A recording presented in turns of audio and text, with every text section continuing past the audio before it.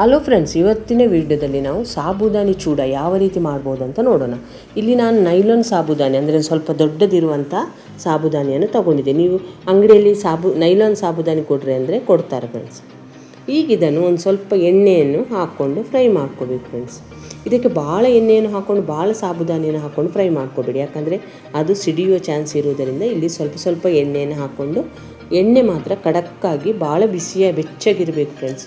ಈಗ ನಾನು ಹಾಕಬೇಕಂದ್ರೆ ಒಂದು ಸ್ವಲ್ಪ ಎಣ್ಣೆ ಇನ್ನೂ ಬೆಚ್ಚಗಾಗಿರ್ಬೇಕು, ಯಾಕಂದ್ರೆ ನಾವು ಸಾಬುದಾನಿನ ಎಣ್ಣೆಯಲ್ಲಿ ಹಾಕಿದ ಕೂಡಲೇ ಸಾಬುದಾನಿ ಮೇಲೆ ಬಂದುಬಿಡ್ಬೇಕು ಫ್ರೆಂಡ್ಸ್. ಅಷ್ಟು ಎಣ್ಣೆ ಬಿಸಿಯಾಗಿರಬೇಕು, ಇಲ್ಲಾಂದರೆ ಹೊರಗೆ ಕ್ರಿಸ್ಪಿಯಾಗಿ ಒಳಗೆ ಸ್ವಲ್ಪ ಗಟ್ಟಿಯಾಗಿರುವಂಥ ಚಾನ್ಸ್ ಇರುತ್ತೆ. ಅದಕ್ಕೋಸ್ಕರ ಎಣ್ಣೆಯನ್ನು ಚೆನ್ನಾಗಿ ಬಿಸಿ ಆದಮೇಲೆ ನೀವು ಸಾಬುದಾನಿನ ಹಾಕ್ಕೋಬೇಕು ಫ್ರೆಂಡ್ಸ್. ನೋಡ್ತಿರ್ಬೋದು ವಿಡಿಯೋದಲ್ಲಿ, ಈಗ ಎಣ್ಣೆ ಚೆನ್ನಾಗಿ ಬಿಸಿಯಾಗಿದೆ. ನಾನು ಸಾಬುದಾನಿನ ಹಾಕಿದ ಕೂಡಲೇ ಅದು ಮೇಲಕ್ಕೆ ಎದ್ದು ಬಂದುಬಿಡ್ತು ಫ್ರೆಂಡ್ಸ್. ಆದರೆ ಒಂದು 2 ಸೆಕೆಂಡು ಎಣ್ಣೆಯಲ್ಲಿ ಚೆನ್ನಾಗಿ ಫ್ರೈ ಮಾಡ್ಕೊಡಿ ಫ್ರೆಂಡ್ಸ್. ಯಾರಾದರೂ ನಮ್ಮ ಕಿಚನ್ ಚಾನಲನ್ನು ಹೊಸದಾಗಿ ನೋಡುವುದಿದ್ದರೆ ಈ ಚಾನಲನ್ನು ಸಬ್ಸ್ಕ್ರೈಬ್ ಮಾಡ್ಕೊಳ್ಳಿ. ಬೆಲ್ ಐಕಾನ್ ಆಲ್ ಸೆಟ್ ಮಾಡಿದರೆ ನಾನು ಮಾಡುವುದು ನಿಮಗೆ ನೋಟಿಫಿಕೇಷನ್ ಆಗಿ ಬಂದುಬಿಡುತ್ತೆ ಫ್ರೆಂಡ್ಸ್.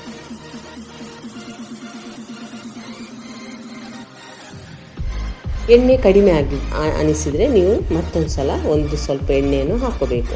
ಒಂದೇ ಸಲ ಅಷ್ಟು ಎಣ್ಣೆಯನ್ನು ಹಾಕಿ ನಾವು ಇದನ್ನು ಫ್ರೈ ಮಾಡೋಕ್ಕೆ ಬರೋದಿಲ್ಲ ಫ್ರೆಂಡ್ಸ್.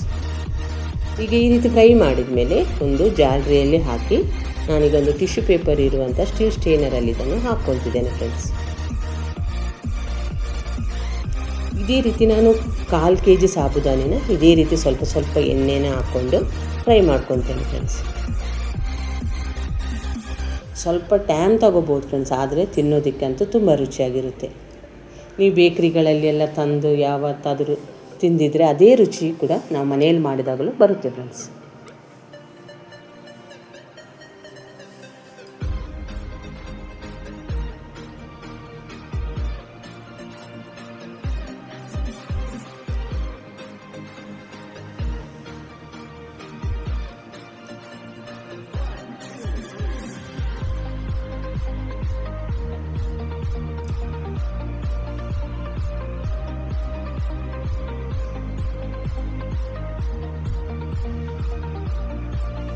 ಈಗ ಇದೇ ರೀತಿ ಎಲ್ಲವನ್ನು ಮಾಡ್ಕೊಂಡಾದಮೇಲೆ ಅದೇ ಎಣ್ಣೆಗೆ ನಾನು ಒಂದು ಸ್ವಲ್ಪ ಶೇಂಗಾವನ್ನು ಹಾಕ್ಕೊತಿದ್ದೇನೆ ಫ್ರೆಂಡ್ಸ್.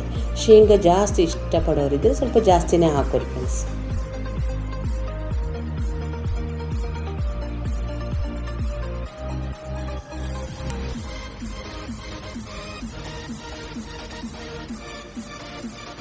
ಈಗ ಇದಕ್ಕೊಂದು 2 ಹಸಿಮೆಣ್ಸಿನ್ಕಾಯಿ, ಭಾಳ ಸಾಬುದಾನಿನ ಖಾರ ಮಾಡ್ಕೋಬೇಡಿ.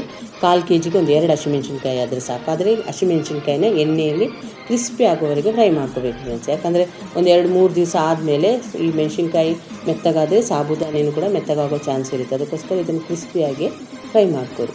ಜೊತೆಗೇ ನಿಮಗೆ ಸ್ವಲ್ಪ ಕರಿಬೇವು ಎಷ್ಟು ಬೇಕು ನೋಡಿಕೊಂಡು ಅದನ್ನು ಕೂಡ ಎಣ್ಣೆಯಲ್ಲಿ ಕ್ರಿಸ್ಪಿ ಆಗೋವರೆಗೆ ಫ್ರೈ ಮಾಡ್ಕೋಬೇಕು.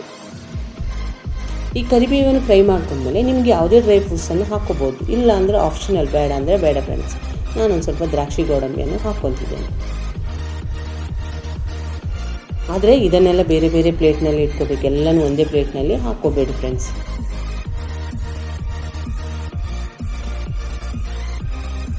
ಈ ಶೇಂಗಾನ ಫ್ರೈ ಮಾಡಿದ ಕೂಡಲೇ ನಾವು ಸಾಬುದಾನಿ ಜೊತೆ ಸೇರಿಸ್ಕೋಬಾರ್ದು. ಸಾಬುದಾನಿ ಪೂರ ಸ್ವಲ್ಪ ತಣ್ಣಗಾಗಬೇಕು ಫ್ರೆಂಡ್ಸ್. ಆಮೇಲೆ ನಾವು ಈ ಶೇಂಗಾವನ್ನು ಅದರ ಜೊತೆ ಸೇರಿಸ್ಕೋಬೇಕು. ಈಗ ದ್ರಾಕ್ಷಿ ಗೋಡಂಬಿನೂ ಒಂದು ಪ್ಲೇಟ್ನಲ್ಲಿ ಸಪ್ರೇಟಾಗಿ ತೆಗೆದಿಡ್ತಿದ್ದೇನೆ. ಈಗ ಇಲ್ಲಿ ಸಾಬುದಾನಿ ಪೂರ ತಣ್ಣಗಾದಮೇಲೆ ನಾನು ಇದಕ್ಕೆ ನೋಡಿಕೊಂಡು ಒಂದು ಸ್ವಲ್ಪ ರುಚಿಗೆ ಉಪ್ಪನ್ನು ಹಾಕ್ಕೊತೇನೆ. ಭಾಳ ಉಪ್ಪೇನು ಹಾಕ್ಕೊಳ್ಳೋದೇನು ಬೇಡ. ಮತ್ತು ನಿಮಗೆ ಸಣ್ಣ ಮಕ್ಕಳಿಗೆ ಬೇಕಂದರೆ ಸ್ವಲ್ಪ ಜಾಸ್ತಿ ಸ್ವೀಟ್ನೆಸ್ ಬೇಕಂದರೆ ಸ್ವಲ್ಪ ಜಾಸ್ತಿ ಸಕ್ಕರೆ ಪುಡಿನೂ ಸೇರಿಸ್ಕೋಬೋದು. ಇದು ಸಕ್ಕರೆ ಪುಡಿನೂ ಒಂದು ಸ್ವಲ್ಪ ಸೇರಿಸ್ಕೊತೇನೆ.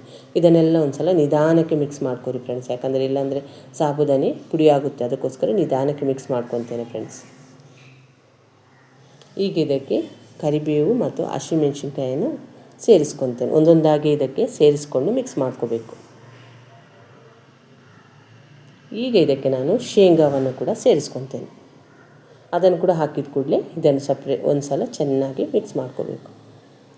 ಕೊನೆಯಲ್ಲಿ ದ್ರಾಕ್ಷಿ ಗೋಡಂಬಿಯನ್ನು ಕೂಡ ಇಲ್ಲಿ ಸೇರಿಸ್ಕೊಳ್ಳೋಣ. ನೋಡಿದಿರಲ್ಲ ಫ್ರೆಂಡ್ಸ್, ಈ ವಿಡಿಯೋ ಇಷ್ಟ ಆದರೆ ಲೈಕ್ ಮಾಡಿ, ಶೇರ್ ಮಾಡಿ, ಆದಷ್ಟು ನಮ್ಮ ಚಾನಲನ್ನು ಸಪೋರ್ಟ್ ಮಾಡಿ ಫ್ರೆಂಡ್ಸ್. ಈಗ ನಮಗೆ ಬೇಕಾದಂಥ ಸಾಬುದಾನಿ ಚೂಡ ಅಥವಾ ಸಾಬುದಾನಿ ಮಿಕ್ಸರ್ ರೆಡಿಯಾಗಿದೆ ಫ್ರೆಂಡ್ಸ್.